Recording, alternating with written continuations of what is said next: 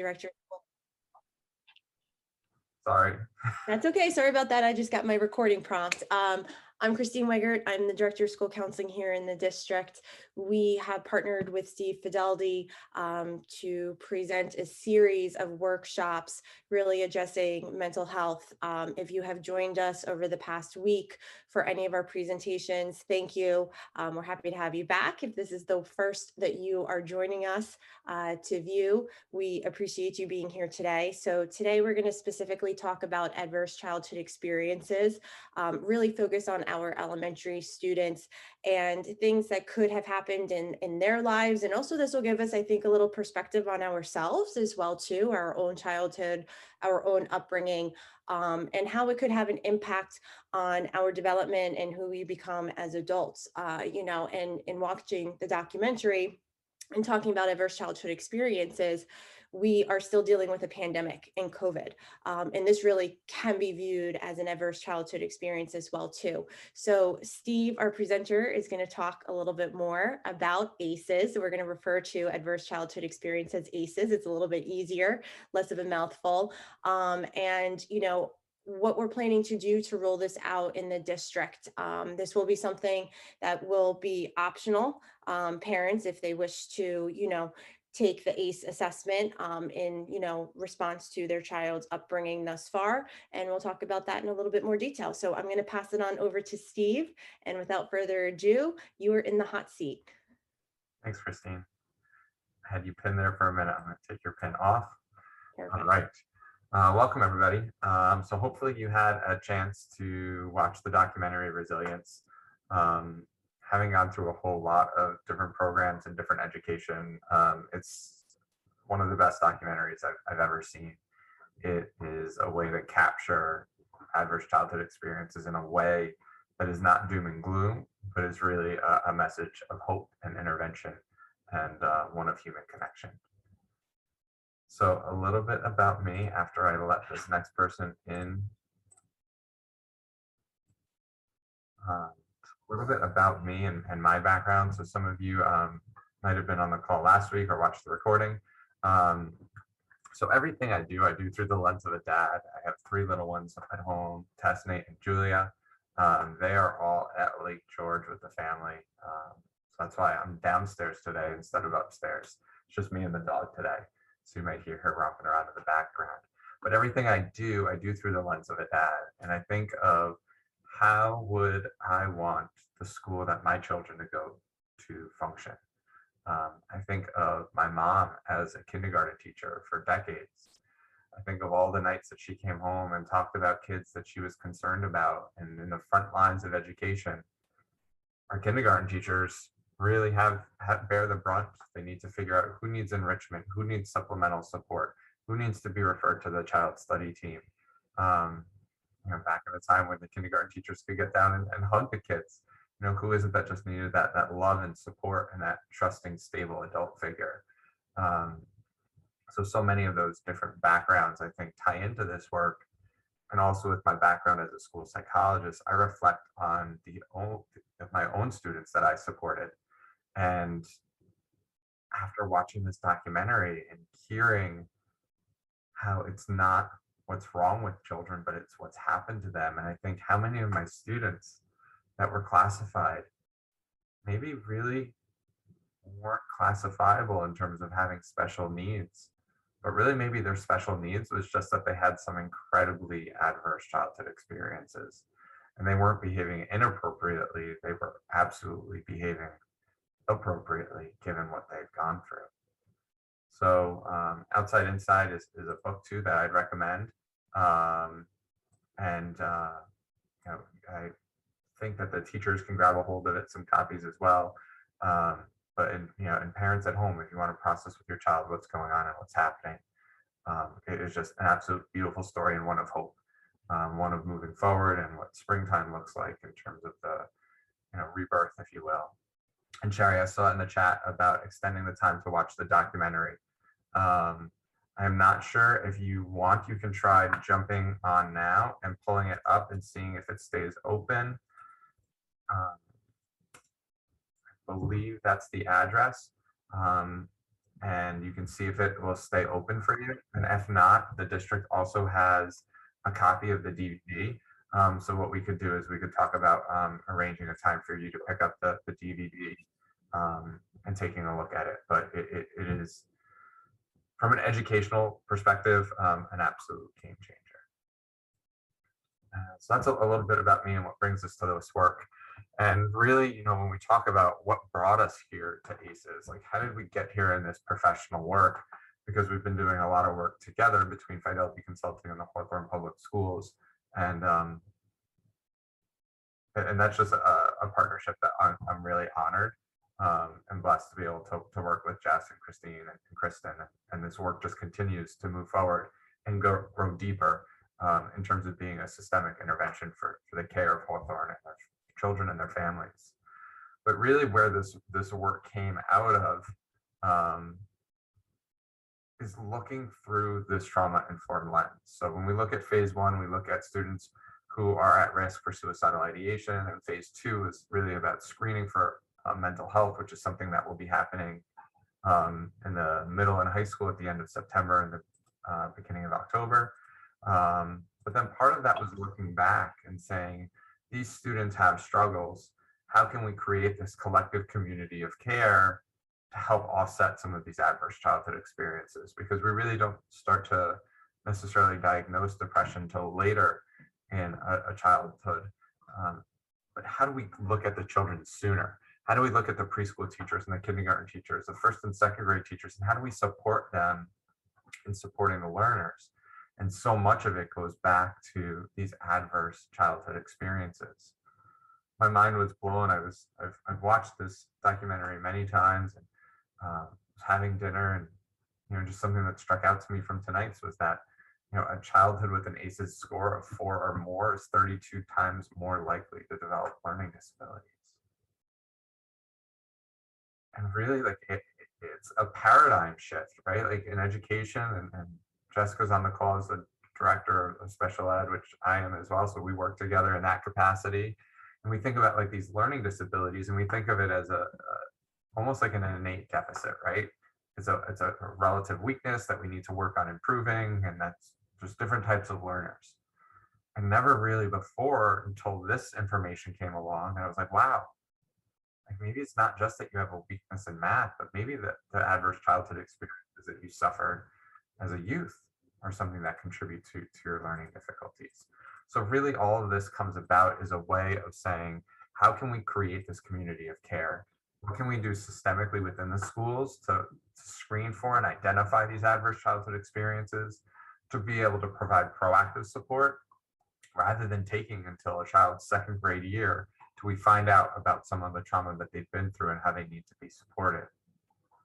So when we looked at how we did suicide prevention, right, we came in and we worked together with the Hawthorne schools. We revamped the standard operating procedures. We made sure we're using evidence-based screeners, which will hopefully, again, be this system of care. And it was after that piece that it was coming across the NPR article that said we need to universally screen for depression. And the book, What Made Maddie Run, is just such a beautiful, beautiful, heartbreaking story of Madison Holleran before she took her life. And it was this universal screening process that we needed to catch kids like Maddie who were struggling with symptoms of depression. That was so important. That said, like, we also need to screen for adverse childhood experiences. We need to get upstream from that. When we realize that adverse childhood experiences are a greater predictor of future heart issues compared to cholesterol and blood pressure, it's mind-blowing. It is mind-blowing. So I'm just admitting people to the room as they come in as well. So we said, how can we get upstream from, rather than dealing reactively with risk assessments and dealing reactively with depression, how can we get to it when kids are even younger? And that's by taking a look at adverse childhood experiences. Because when we talk about anxiety and depression on this spectrum, there's certainly indicators of adverse childhood experiences. Think of a child who comes from a house where there's domestic violence going on at home.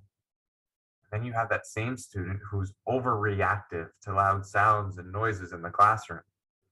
Well, if we're able to know that that child has an elevated ACE score, it makes their behaviors make sense, And it helps us as an educational institution be able to understand and support that learner. Because we understand that not everything that goes on in a child's life um, is simply their innate biology. It's part of the environment with which they're raised. So when we look at adverse childhood experiences, really the medical professionals are saying that this is the biggest unaddressed medical pandemic that we're facing. It is a public health crisis. And we say unaddressed because COVID is clearly the biggest one that we are addressing. Um, but when we look at adverse childhood experiences and the fact that ACEs, higher scores of ACEs, are related to the 8 out of 10 leading causes of death. In the documentary, Dr. Nadine Burke-Harris, the first Surgeon General of California, talks about in the very beginning about her work in California. And depending on what side of town you grew up on, that had the potential to change your life expectancy by 11 years. It's because depending on which side of town you were on, depended on the number of adverse childhood experiences that you endured. These are some of the adverse childhood experiences, and we're going to go over that in a minute as well. But when we look at what that survey might look like. So it was after reading the NPR article on the need to universally screen for depression that then Dr. Nadine Burke-Harris came out and said that we need to universally screen all of our children entering kindergarten for adverse childhood experiences. And it just simply makes sense. We talk about this in the sense, and they've talked about this in the film as well, that oftentimes we try and separate physical health from mental health. And really the body only keeps score for one type of health, and that's all type of health. We don't really separate the two. So the adverse childhood experiences absolutely affects us physically and mentally at the same time. So what does this look like? Like Christine mentioned in terms of screening, looking to do this at the Hawthorne schools, what this potentially could look like moving forward would be that we ask parents the questions. This survey was originally intended for adults 18 plus looking back on their childhood. But we know that we're not going to ask the children these questions rather. So we have to trust in the caretakers to answer them and ask them to answer them honestly. The biggest trepidation, I guess, that parents will have, and again, this was addressed in the film as well, is we don't need to know exactly which ACE that your child has experienced. We just need to know a number. So when we go to answer those surveys, it'll be broken up and say, how many of these ACEs has your child experienced? And all you have to do is give a number. And it allows us to look at and support children in a different way. Before I left my previous district for my new district this summer, we had a kindergarten student come in. He was the first student referred to the child study team this past year. And we had implemented screening for ACEs last year. I went to the school psychologist and I said, well, what's his ACE score? She said 7. 7 out of 10. Now remember, an ACE score of 4, you have a 32 times more likely chance of being learning disabled. As a kindergarten student, you have an ACE score of 7. So it's helpful to us. It might not necessarily be a learning disability. They might not necessarily have special needs. Maybe they just need special love and care. You take a moment for those of us that are on the call, and we're recording this, so I'm not going to ask you to share out right now, but just take a moment. I'm actually going to mute my camera and mute my video and invite you all to read through these questions and answer for yourself, answer for your child as well, and see what their score is like. Take a minute. I'm just going to mute.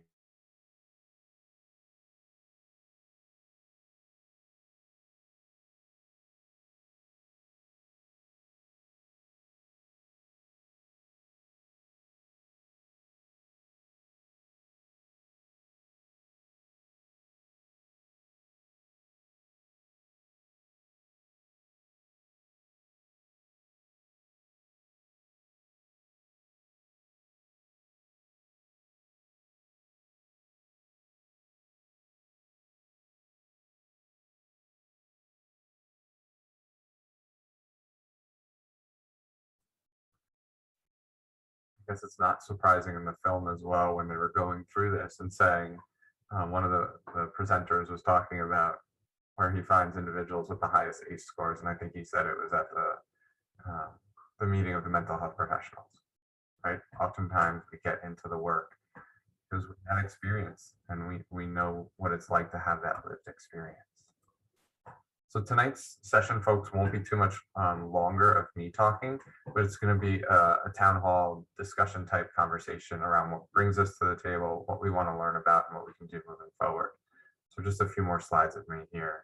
But I thought this was a really important takeaway to understand both for ourselves and for our children. Christine and I were talking before we came on the air about types of stress we have on ourselves, right? We have positive stress. That's, before the big game, before the big show, before the big test, before the big interview. You have that brief, positive stress where it raises your hormone levels in an appropriate way in order to be able to perform. And then you have tolerable stress, where it's temporary stress, it's elevated, but it's buffered by supportive systems as well. And then we get into toxic stress. This is where we continually have our stress system activated and cortisol released into our body over and over, where every day it feels like we're running through traffic, like in those videos that we saw. And what this constant release of cortisol does is it creates changes in the brain's functioning. Small things that we experience seem bigger, and this has lasting impacts on us. And that's why it's important for us to be proactive and try and move individuals from toxic to tolerable to positive stress. Doesn't mean we're trying to eliminate stress, but we need to identify who's experiencing toxic stress and make sure that they connected with a trusted adult. Because one of the things that we realize is that these types of stress have lasting impacts, right? They result in school problems. They result in impacts in relationships. They actually physically change the way that the body has the ability to fight off infections and deals with large amounts of inflammation and memory issues and causing, like we said, it was linked to the 8 out of 10 leading causes of death. What was really cool, I'm going to skip back here on our slides for a second. What's really cool about this framework that we put together and we're rolling through in our partnership together is whether it's suicide, whether it is depression or mental health struggles, whether it's adverse childhood experiences, this third phase that we're seeing, this preventative of community of care, is a buffer for all of those things. One of the best buffers for adverse childhood experiences is for that child to have a single, trusted, stable adult in their life. Same thing about depression and same thing about suicidology, is that if we have greater connection, we're able to decrease those symptoms, decrease the likelihood of depression, decrease the likelihood of suicide attempts. And that work gets done by coming together in the classroom and honoring everyone's shared experience. So when we talk about the next steps, what we're going to do is we're going to go over and we're going to have a town hall style. We'll probably break into 2 groups given the size of the group, which is wonderful. And what I will do is I will paste some questions in the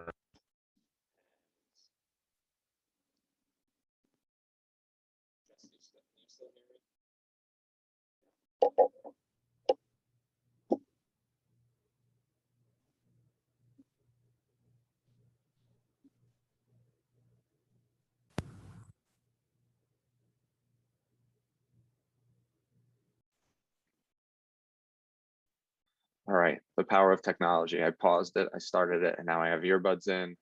My Mac decided to switch microphones on me mid-presentation. It happens, it's technology. One thing I wanted to mention about ACEs is the correlation between ACEs and race. And what was really interesting is that oftentimes, even when you look at the promotional materials, right, they're Black and brown children that are being portrayed in terms of the poster child for ACEs. But that's not the case. They've done research, and what the research shows is that, yes, on the surface level, that Black and brown children are more likely to experience greater ACEs. But when we can separate race and discrimination, so if we take out the discriminatory factor that race plays, right? So if we take out the Black and brown families in the research and say, what if we take out the fact that you were feeling discriminated against and those who weren't feeling discriminated against, the ACEs end up being the same. So the ACEs isn't necessarily a matter of the color of your skin, it's really also an impact of discrimination. And we know that we're working on changing systems and changing structures and advocating for anti-racism. And that's another reason, is because discrimination plays a huge role onto the impact and presence of ACEs in our lives. With that, folks, we are going to pause the recording. We're about like a half hour in now. Because the documentary has so much rich information in it, I'm not going to sit here and repeat them, but I want to honor everyone's collective wisdom because we have more than a dozen people on the call together. And what we're going to do is we're going to get together in some breakout sessions and talk about what brings us to the circle, what we've been thinking about, what was hardest about watching the documentary first, if we watched it, or even just through the presentation, and what's the most important thing that we need to do moving forward to address adverse childhood experiences in our community. Because it takes a village, and there's incredible wisdom on this call. So I want to hear from all of you. So I'm going to stop the recording.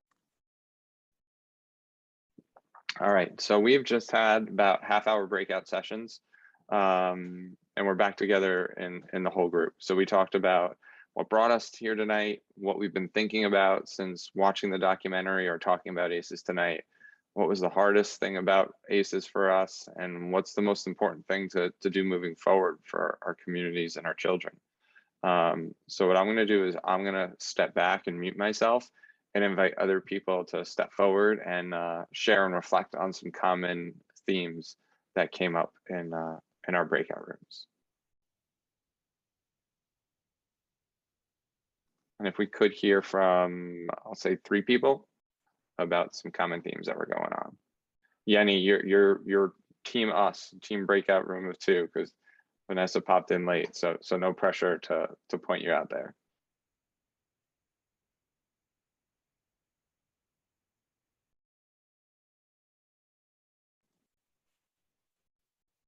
Who's going to jump in for us? And not Jessica or Christine. Let's hear from the parents. Sherry, are you there? I am sorry. I have a kitten. Don't be sorry. On my lap right now. No worries. So I didn't get to see the video, unfortunately, the documentary, but I think some of the takeaways that we talked about was, as parents, being more mindful of what we say and how we say it in front of our children,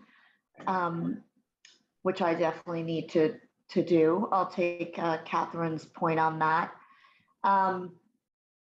And we talked about supporting the kids in different ways and supporting how we can support each other. Being there, we don't know what another parent is going through.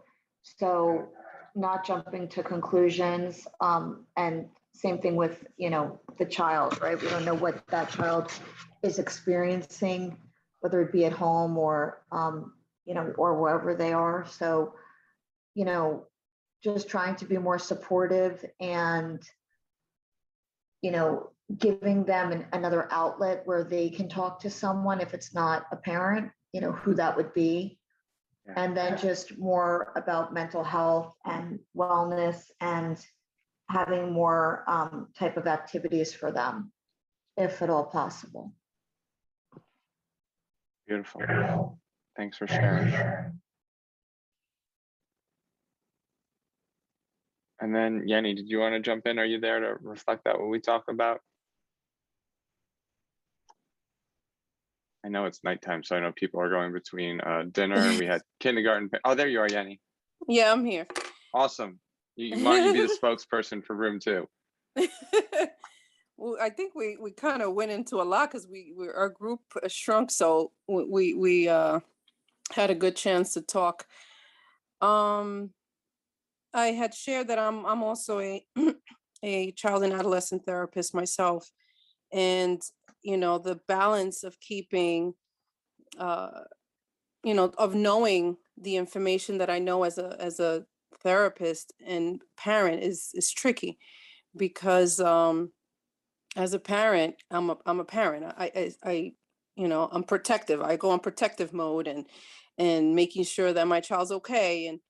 And one point that I made was that um sometimes we got to step that back because that's what turns our kids off from talking to us.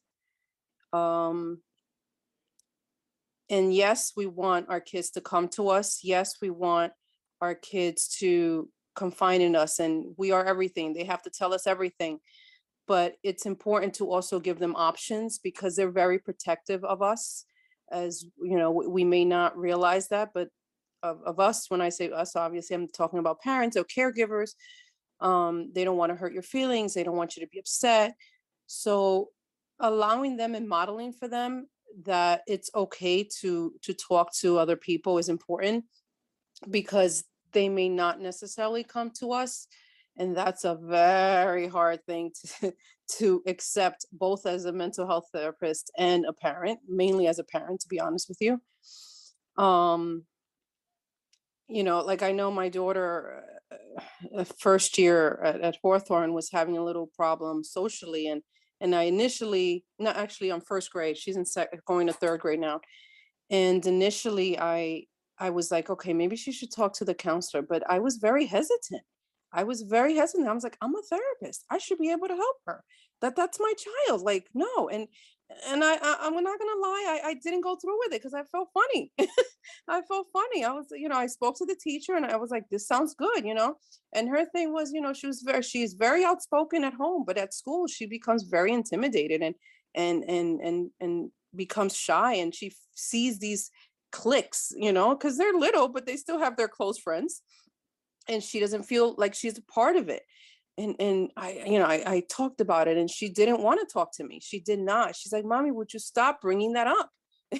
you know I think that's but then a good point, Yanni, is that sometimes, we identify that a trusted adult is really important, and that's not necessarily always our caretaker or our parent. And mhm, so many people mhm, show up to these presentations and they're like, I'll do what's good for my kid, without realizing that we as a community need to be educated on all this that's going on. Because like Shari mentioned, how can we be more mindful and understanding of other parents and other children when there's the kid that's having the meltdown on the baseball field, and understanding what's going on and understanding that their needs might be different, and how this affects us all.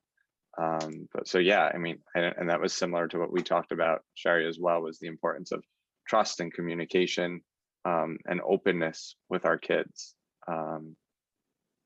Ashar was mentioning before he had to go to kindergarten meeting tonight at school, was how he had a close colleague whose daughter was very open when it talked about, about dating, when it talked about substance use, when it talked about drinking. It was like, all like, let's talk about this. Let's do this in a safe place. So as parents, not reacting so we can keep our children safe, what was an important piece.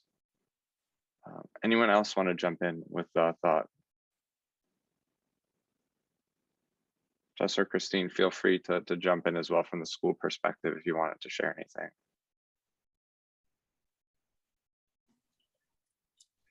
Hi, this is, oh, sorry. No, go ahead, Lori.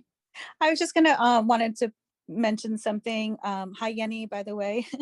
It's good to see her on here. I just wanted to mention something that I think might be an issue with some parents, because I think sometimes there is an in-between where, maybe our child's not like, on a higher need for some of the intervention, but they're still having these issues where they don't know how to deal with something, and they're not necessarily always listening to the parent, or we're just not really sure like if we're giving them the right advice. But I feel that some parents might be like a little bit hesitant to not want to make a big deal about certain things, So I think there might be like a way, like it would be helpful if there is something incorporated where parents can feel like they can ask a question without it being like a full blown, like not making it a big deal, because some things are, but just in general, like where we just kind of want guidance instead of it kind of becoming like a lot of steps, because people are busy and sometimes people don't, have a lot of time to go to a lot of meetings or just, having a lot of the talks, but they do want to still be able to provide tools for their children and getting through some situations that might be happening in the classroom or, at home. So maybe something in between to not scare parents off. Because like, I know some people might be old school where they're like, oh, we don't want to give too much information on that Yeah. because it's just going to be like a big thing. So just culturally, I think that might be some roadblocks that we might have to go through and figure out an in between. Yeah, absolutely. I think if I can just add to that, I think there's been a big shift over the years, even just when you think about the guidance counselor, the school counselor, right? And you think, well, my child doesn't need counseling. Why are they going to go to the counselor? If they see the counselor, are they going to be in counseling? Where there has been a pretty big transformation over the years where, the counselor is there for so many different reasons. And it really simply can just sometimes be for consultation or to ask, the parent can ask a question. Or maybe it's just a check-in with the student. They're not going to be receiving counseling services, but maybe they could just use a little help, making friends and connecting with peers. So, I think it's a mind shift change. I think for some people, within the community, depending on how you grew up within the school system, there can sometimes be stigma related to it as well too. So, I know, and I keep mentioning Miss Tamarchio, and she's just wonderful, and she's at the elementary level. I know she's trying to find ways to connect with all the parents, all the students, even if it's just simply through newsletters or getting you on her Google Classroom so that she can get some tips and strategies to you guys. We're trying to get those Wellness Wednesday strategies out to you last year. But just know too, as parents, and I'm talking to all of you here, no question is too small, too silly, too stupid. Reach out to your child's teacher, reach out to your child's counselor, who happens to be Miss Tamarchio. And, it doesn't necessarily have to become a big deal, big to do. It may just simply be a conversation. So I appreciate you, Lorraine, bringing that up, because I think it's very valid. I think that, it can sometimes create an anxiety as well, too, well, where's this going to go if I bring this up? But we want to reduce that stigma. We want to make sure that there is that comfort level to reach out when you have questions, or simply maybe work on something that's going on in the present moment, and we work through it, and and we're good to go. Or maybe it's something that we have to address later on down the road. Because I just want you guys all to know that we are here to support you. And I do feel that, if the kids are coming to us, to the counselors, and even to my mental health staff as well, with things that people feel are not as significant, they're getting used to going and finding that support. So if, a day comes where they have more of a struggle, they won't hesitate going to that person that they feel they can go to. Yeah, and I think what's different as an adult from a child too is like we as the adults need to be mindful that the only perception of the problem that matters is that of the child. And as an adult, we might not think it's a big deal, but to them, whether it's what they're wearing for their first day of school, who they're sitting next to or playing at lunch, things that we might think of everyday struggles that kids have to go through might be incredibly powerful and hurtful and impactful for them. So, and I think the more we talk about how we normalize this is sharing these experiences in the classroom as well, that the work that we've done with the Hawthorne teachers over the past year, they've got so much more comfortable having these uncomfortable conversations, that it makes the kids know that it's a safe place to talk to, because when we can help unload that emotional baggage, it allows us to dig in and gain traction with the academic pathway as well. But we have to break through that emotional piece first. Other questions or concerns? So to clarify, we are not showing any students in the Hawthorne schools the resilience video. It's just for caretakers. And some of the work that we'll be doing around the adverse childhood experience survey is again intended for caretakers to fill out in regards to their children. So children will be pretty much completely unaware that this work is going behind the scenes, but it's really to enlighten the staff to be able to provide targeted support, targeted intervention, and extra TLC where it's needed. Is that fair to say, Christine and Jess? I don't want to put words in your mouth, but Yeah, and I I'm- think too, just stressing that it is confidential as well too. So, it's Yeah. targeted support staff members that would be looking at the data. So anything that potentially would be disclosed, with a circle or a yes, that will all be confidential. Awesome. Well, everyone, I appreciate you all taking your time out this tail end of summer to dive into all things that are good for kids. And I'm really excited for Hawthorne to be moving forward with the mental health screening at the older end, screening for ACEs at the younger end. Your kids are just going to be so tremendously supported and seen as a whole child, not just as a show up, sit in a classroom, here's your name tag, and I'm going to teach to you. This is the start of wonderful relationships in the classrooms where we really get to know and connect with each other, and all good things come from that. So if you have any questions, Christine and Jessica are always available. You can reach out to them, and for any parents who are watching this recording who didn't have an opportunity to see the streaming video, please reach out to one of them, and we can connect you with a copy of the DVD to borrow as well. And maybe when we're back in person, it's something we can even share for like new kindergarten staff, because Hawthorne now owns the rights to the video to play it on their at their location as much as they want. All right, everybody. Can I just have the email address of who to reach out to watch to get the video again? You got it. I think Christine's jumping on the chat for you. Yeah, putting it in the chat. Yeah, Vanessa, it is an hour and it is totally worth it. I had my wife watch it with me, and she grabbed her notebook and was like taking notes.